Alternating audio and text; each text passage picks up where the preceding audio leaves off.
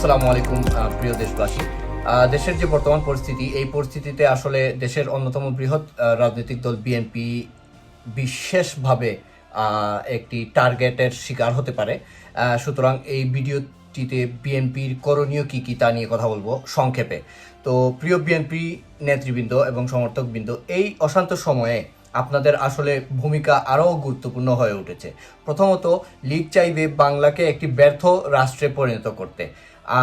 এই বর্তমান সময় এই পরিকল্পনা বাস্তবায়নের জন্য অত্যন্ত উপযুক্ত ওদের জন্য। সুতরাং বিএনপির নামে অপপ্রচার, অনাচার, অত্যাচার ইত্যাদি প্রচার চালাবে ওরা। পাড়ায় পাড়ায় ছোট ছোট টিম করে দিয়ে এই ধরনের অপপ্রচার রুখে দিতে পারে বিএনপি, এবং এতে তাদের সম্মান রক্ষা পাবে এবং সুনামও বৃদ্ধি পাবে।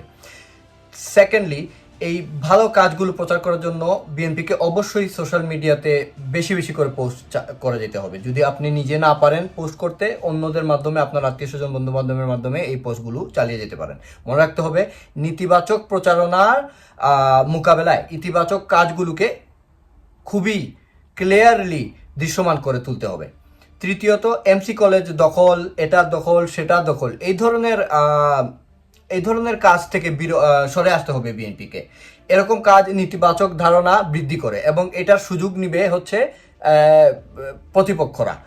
সুতরাং গঠনমূলক কার্যক্রমে মনোনিবেশ করতে হবে। চতুর্থত, মন্দির এবং হিন্দু সম্প্রদায়ের উপর হামলা চালাতে পারে ওরা। এই ধরনের হামলা যাতে না হয় সেই দিকে বিএনপির বিশেষভাবে লক্ষ্য রাখতে হবে।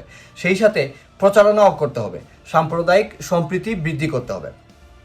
সিলেট শহরের ওয়ার্ডে ওয়ার্ডে টিম গঠন করে সাহায্যের জন্য নাম্বার প্রচার করে দিতে পারেন এই ধরনের কাজগুলোকে দৃশ্যমান করে তোলার জন্য।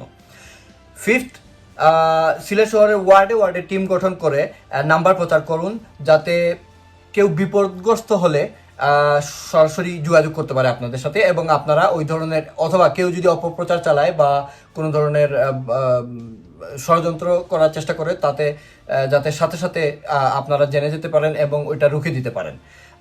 লাস্টলি আমি বলবো যে বিভিন্ন জায়গায় বিএনপির নামে চাঁদাবাজির খবর পাওয়া যাচ্ছে, এগুলা খুঁজে বের করতে হবে, এবং এগুলো যদি কেউ করেও থাকে, বিএনপিও করে থাকে বা কিংবা বিএনপির নামে কেউ করে থাকে, এগুলো খুঁজে বের করে বন্ধ করতে হবে।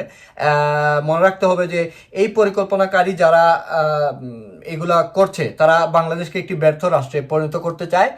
সুতরাং আপনাদেরকে সতর্ক থাকতে হবে, দায়িত্বশীল আচরণ করতে হবে এবং বাংলাদেশের সুরক্ষা নিশ্চিত করতে হবে। ধন্যবাদ।